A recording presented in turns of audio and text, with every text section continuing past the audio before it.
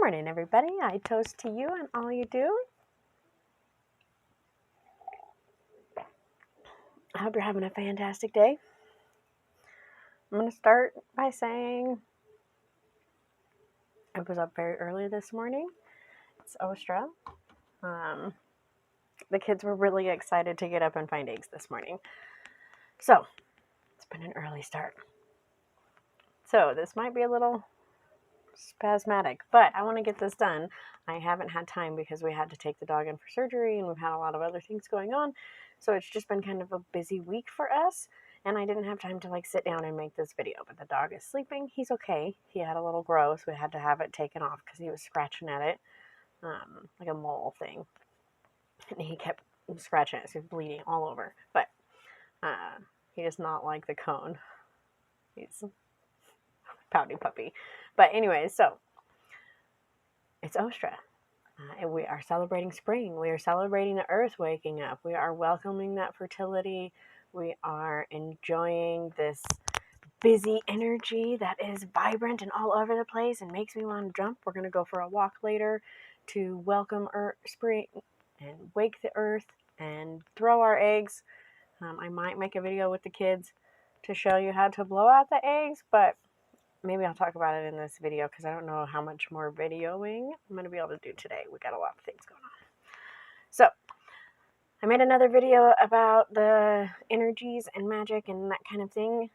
Today's video is about the myths and traditions from around the world. Spring is something that is celebrated all throughout the world as new and refreshing. We see a lot of resurrection myths. We see new beginnings. We see sprouting, spreading fertility, growth, new things, and that kind of energy being honored and worshipped at this time and welcomed. If you think back to our ancestors, we don't even have to think back to our ancestors. Just imagine living outside in like a hut, a tent, a non-insulated structure with no heat and no electricity and no lights and no whatever. In the dark times of the year, it's dark, it's cold, it's, in some places it's wet. Wherever you are, you have your conditions that you have to deal with. So when spring was coming in this new growth and this exciting moment, when you also started to see fresh fruit, or not really fruit, but like fresh food, new growth, asparagus, lettuce, spinach, all of these things that come up really early and actually really like the snow, even some edible flowers that are early blossomers. Onions, I've got spring onions coming up already. They're so cute, like poking out of the snow. I love it. This would have been so exciting. I mean, if you can imagine, all winter long, you've been stuck inside. It's cold. You've been hunting and trying to just, gather what you can, which is protein. You're not going to get a lot of delicious edible sources of nutrients that are food-based during the wintertime, other than what you've stored. So you work really hard to keep your storage stuff safe. But when spring came, you were like, oh my God, it's so exciting. You would go out and you would probably find that wild lettuce. You would find the spinach. You would find, it's like making my mouth water just thinking about it. My 4-year-old loves taking the tops off the onions. It's like her favorite snack. They're kind of spicy, but she takes them off, she chews on them. She's like, this is amazing. But that would have been really exciting. So this would have been like woohoo, we get to get out and it's exciting. Kind of like the energy that people are having right now with the vaccines and the quarantines opening up. I've got family in Texas and they're like out of quarantine. No more anything. They're like, whatever, we do what we want. It's crazy. It's just a really vibrant energy that's been celebrated. So specifically, let's talk about a couple. In Egypt, we have the resurrection story of Osiris with Isis. And so Osiris is killed by his jealous brother, and who then cuts him up into pieces and spreads them all out throughout the land so that he can't go through the process. Isis is devastated, and through the stress of trying to search for her love, she grows old, and she does find all of his pieces except for one, I think, or something. There's a hold up. I don't remember exactly. There's some things that happen. It's a complicated story, and I don't want to say it wrong. So Well, just short story short story. Make a short story of it. Isis finds the pieces. She does some magic. She brings him back. And he is able to, well, actually, I think he's missing I don't know. Okay. But he's resurrected. Those are the important keys. Now I'm going to have to go read that myth again. It's been a while. So he is resurrected, and she also, in that moment, is made young again. And they are together. They're back to love and spreading fertility.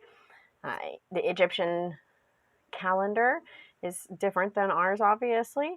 And so it wasn't technically on the equinox. It was sometime between the 5th and the spring equinox, just depending on the stars and the moon. And again, this was a complicated calendar that doesn't technically line up with our modern calendar. I think one of the most challenging things and fascinating things for me as I do my research on the ancient Egyptians and the ancient Greeks and the ancient everybody, Peruvians, all over the world. The way that they track time is through the moon first and foremost, and therefore their calendar is way different. So it was like, how do the solar and lunar, okay, that's just fascinating to me. And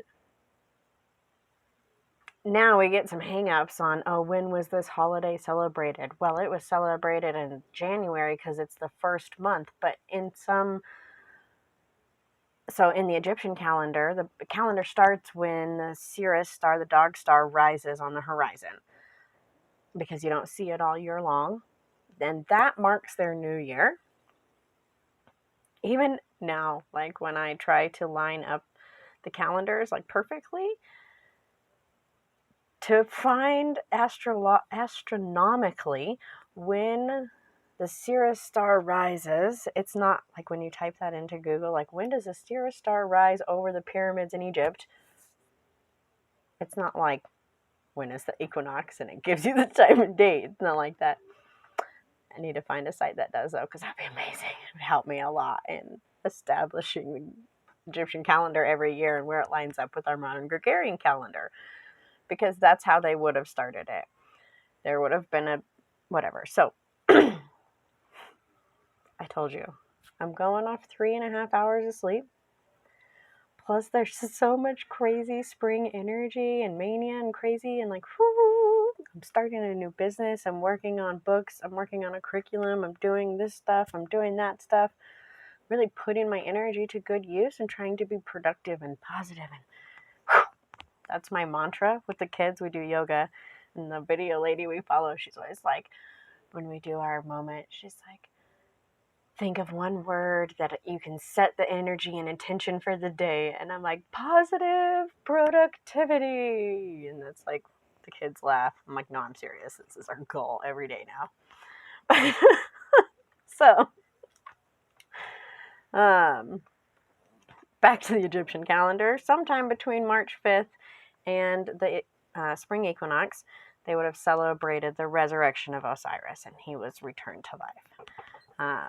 If we go just a little bit over in the map, we have the Iranian festival of Nowruz. I'm going to assume that's how you pronounce it. It's Nouruz, like 2 words. So Nowruz. It literally translates to new day, and this was a celebration of the spring equinox. This dates back to a holiday celebrated by the I practiced saying it too before I started the video. Zoroastrian, whatever. Okay. Hold on, I can get Zoroastrianism.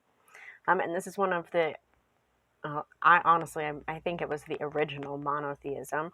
But it's one of the oldest monotheisms practiced in anywhere in the world, and this was a celebration that was carried on by those people. And so they celebrated spring. Their houses were cleaned out with spring cleaning. That's another thing that you're going to see a lot at this time. There were 2 times. Most cultures have a spring cleaning and they have a fall cleaning. The fall cleaning is also associated with going and cleaning out the tombs, or in some cultures, pulling out the dead mummies and putting them up and cleaning their clothes and then putting them back and actually cleaning out the space. or going out and seeing. Anyways, so in the springtime, we are cleaning and refreshing that energy. It's when I impart, not like rudely, but politely. I'm like, okay, fairies and elves and gnomes and energies that I've welcomed into my home throughout the wintertime, which, by the way, I have to give a big thank you to. Lepus had trouble finding one of the baskets that we use for gift giving. And the fairies just made it appear. Like, I thought it was gone forever. And I was like, well, this year Lepus isn't going to have 3 baskets for 3 children. He's just going to have 2. And then it was there. Magic. Like, pew. I couldn't believe it. So thank you, fairies. I really appreciate it. I think that they really enjoy this holiday because of all of the eggs everywhere that they get to find and collect and hang out with. At our house, we always find eggs that have money in them. It's probably like half money, quarter toys, and a quarter candy. So it's always just a lot of fun. And then the kids get to put the money in their money jars and clink, clink, clink. It's a big fun part of this holiday. So starting fresh, finding something new that's going to help you prosper in the future. Plus candy at 8 o'clock, 6 o'clock in the morning. Anyways. So if we go over to India, their spring festival is called Rama Navami. And this is the birthday for the god Rama. Sorry. Right, the same word twice. This is the god Rama's birthday. It's celebrated 9 days after the bright half of the month of Chaitran, in the Hindu calendar. So again, the Hindu calendar does not match our Gregorian calendar. It's lunar based. So we're about a quarter of the way through this month. So I think it would be, actually, ironically, that kind of really does line up. I think the way that, because it would be the second half of the bright side. That means the waxing moon. And then the waning, whatever, or maybe it's a week after. It's one of those weird calendars, so you got to really pay attention to waxing and waning moon phases. It's not weird, it's beautiful, it's amazing. I love their calendar. It's really specific. It's just confusing for someone who's never, like, when you start to process several calendars, it's just like when you say, okay, you're talking about like what time did the vernal equinox actually happen today? I have that written down somewhere, but because some people are like, well, it was on the 18th, or it was on the 19th, or it was on this thing. Okay, so that time is a one time. Where people are experiencing that on the earth is different times. And I think sometimes that's hard for people to understand until you start really working with it and thinking about where people are all over the world. But anyways, so in the Hindu tradition, this is a time when there was a lot of storytelling and sorry, I totally lost my place. This is also a time of charity and community and kind of reaching out, because again, throughout those cold months, this is the harsh time, the dry season, the time when people don't have as much coming out now. So those who did still have food, those who did still have grains and things to share and things to prosper with, they would go out and share those things. And communal, and if I have plenty, why not share with other people? And it's just a difference in mentality than like our modern Western individual, I, me, one kind of mentality. So anyways, then if we go to the Romans, so they had a lot of traditions around this time. I think one thing that we get when we say Roman, it means any area in the Roman Empire that was Roman for long enough that they built all of their colosseums and the word left my brain. It's not called a coliseum. It's the center of a community, and I really had it, and then it's gone. Anyways, and it was like that for a long time. And the Romans one of the reasons that they were so successful is because they just assumed that consumed the local traditions. And they were like, that's nice that you have your gods and your things and your celebrations. We'll just bring that into ours. And they would pick a main deity, they would pick a holiday, an energy, or whatever, they would just bring it in. They would let you keep your temples so long as they didn't, conflict. So that's why we get a lot of you see a lot of Celtic gods that became Roman. You see a lot of whatever. So the holidays that were celebrated by Roman time, like in Roman, covers a lot. I could probably make a really long list. And it's going to be all of the fertility goddess and gods, all of the gods who are reborn. So the one example I have here is the Feast of Sybil. She's a mother goddess. Her feast is held between the 25th and the 28th. Now this is a celebration of the return of fertility. So as she is a mother goddess, this is when she is able to be ripe and become pregnant again. And so she is celebrated in that. And simultaneously, her lover, the father of her child to be, who ironically is born to a virgin goddess, is Attis. Wait, where'd it go? So I say it right. Yeah, Attis. Attis, maybe? And each year he's resurrected on the spring equinox, and she is celebrated as returning from fertility, and then by May Day they are consummating and making babies. One of the myths that influences the Wiccan Wheel of the Year energy, where now the goddess and the god are reborn in that youthful state of, I'm a teenager and I'm curious about my body. The baby came down for a minute. She's gone now. Anyways. So then we also have the Roman god Metris, who was born on Yule, and then he dies and is resurrected on the spring equinox. And the myth tells the story of a sacrifice of a white bull. He's commanded by Mithras. They tell Mithras, you have to do this. And so Mithras sacrifices the bull, but as the bull falls to the ground, it's actually the moon goddess, and she is revealed.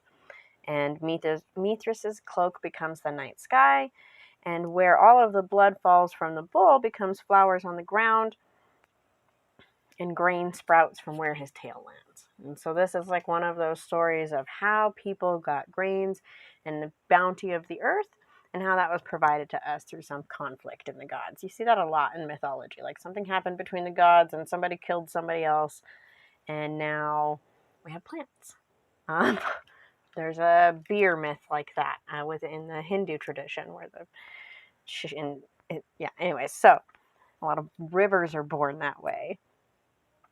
Anyways, in Germanic tribes, this is where we get some of the lore of Ostra.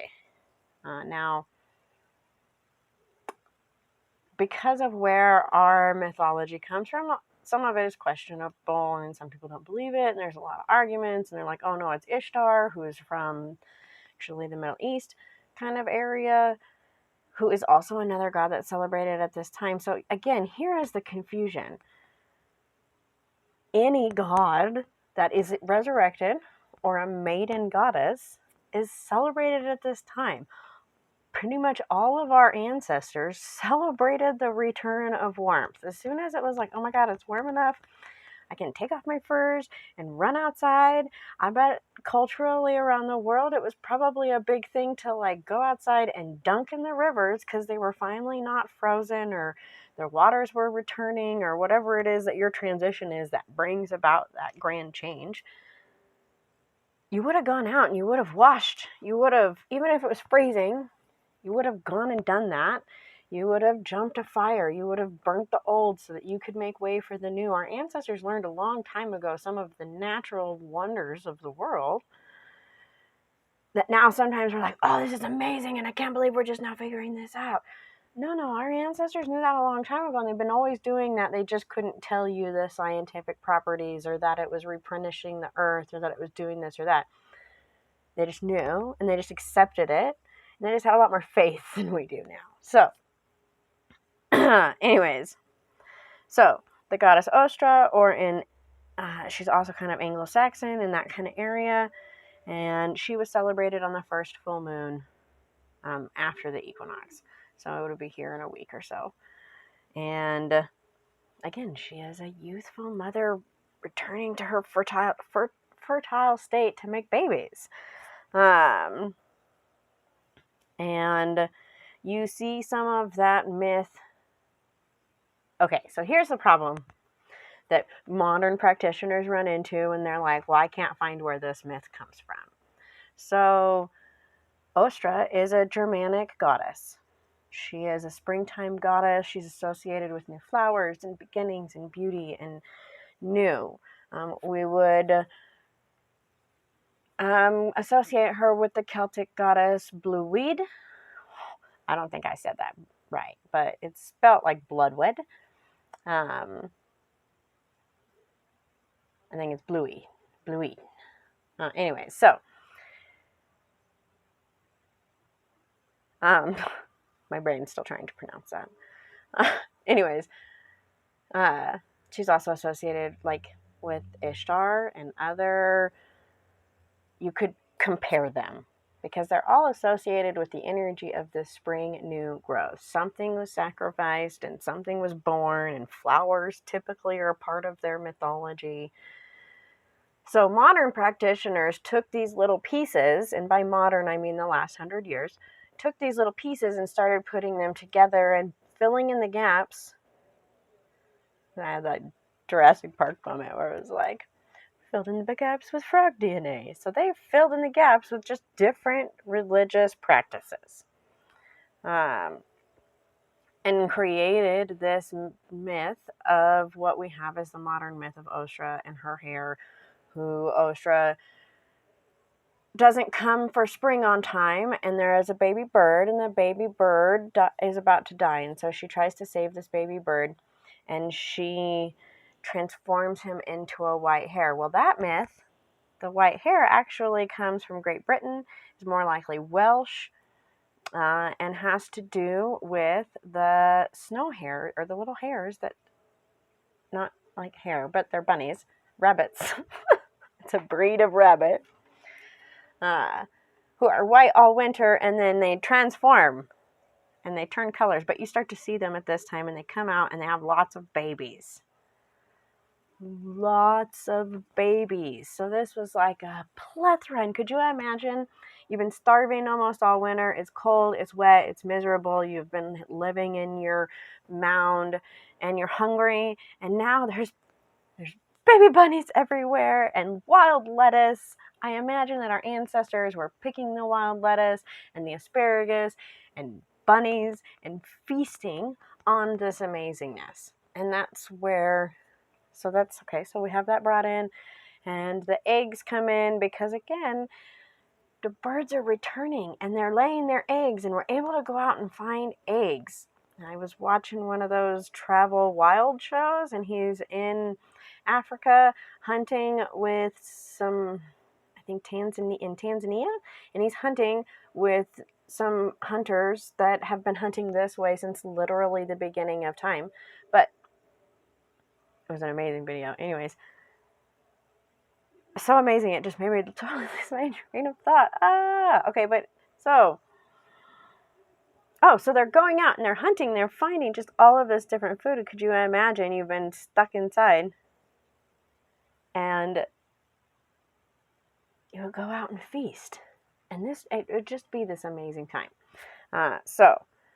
But anyway, so we just pulled different things and kind of put that together to create this more modern myth.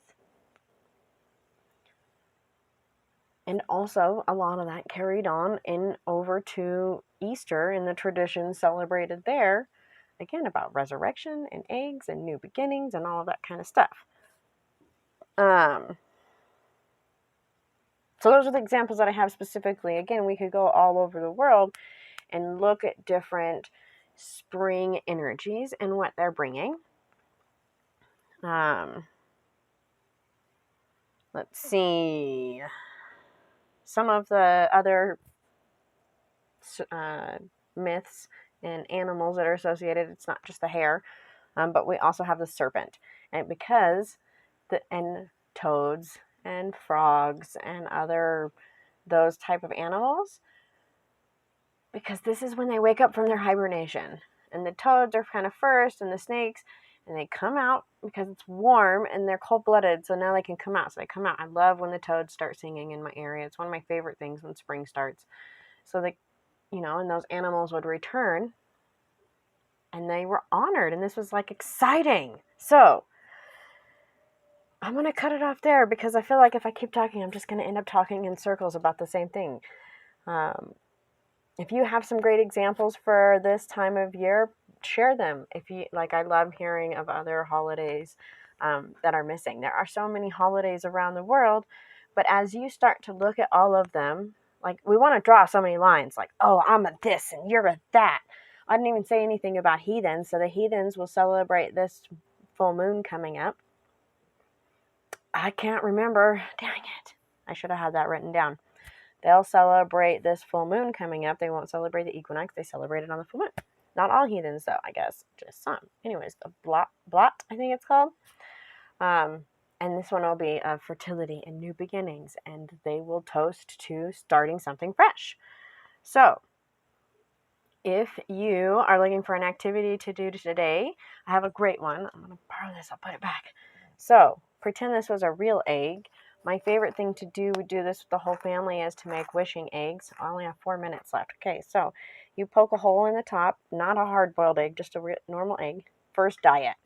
If you want it colored, before you poke holes in it, dye it. If you want to play a mean joke on somebody, tell them to blow it out and then dye it.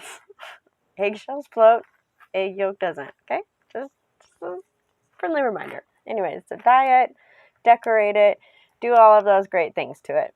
Then, when you're ready, you poke a hole in the top. Make sure the dye is dry, because otherwise your face will be like purple, just as an example. And then you poke a hole in the other side. Whichever side you poked a bigger hole in will be the outside. So you, say you poked a bigger hole in the bottom, there's always one side it ends up being that way. I use one of those little tiny eyeglass screwdrivers. They work perfect. Then you blow it. You blow in one side. Sometimes you have to blow harder than others. But you blow. And all the egg yolk comes out the bottom. And you have a bunch of eggs when you're done. But,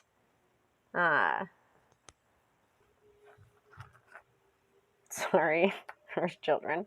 Gotta finish up, the dog's awake. So you blow in one side, the stuff comes out the other. We use ours to make like a quiche, or scrambled eggs, whatever you want. You could throw it in your compost. It's a really good source of all kinds of nutrients, whatever. So, and then you stuff it full of wishing herbs. Dill is one that most people have in the kitchen that's really great for that, bringing good luck. Lemon balm, lemon verbena, cinquefoil, I think is how you say it. Bay leaves. But anything for good luck or wishing. And you fill that up in there. And then, when we go for our walk later and we're throwing eggs, we will banging our stats. The kids get to find a stick and we bang the earth and we hoop and we holler and the kids find a place to throw their eggs. It's just getting all over the floor.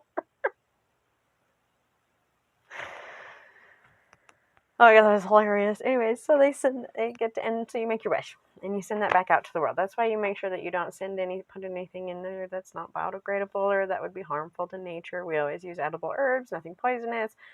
And the eggshells are compostable and they don't hurt anybody, and it's whatever. Even if an animal gets a hold of it and eats it, they're fine. It's 100% okay. Obviously dyeing eggs and trying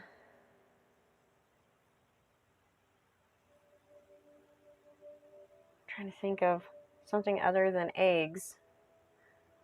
Baking. We baked cookies. It's fun. Making candies. I guess I said going for the walk. Yeah, let me know your celebrations. Like I said, I'm always interested to hear other people's celebrations. Sorry, this one was a little rambly. I'm like 3 hours late, but that's okay. I hope everybody is having a blessed Ostra. I hope that your spring is beautiful and that everything you plant grows to the abundance that you need. Many blessings. And don't forget to like and subscribe and tell me about how your Ostra celebrations are going.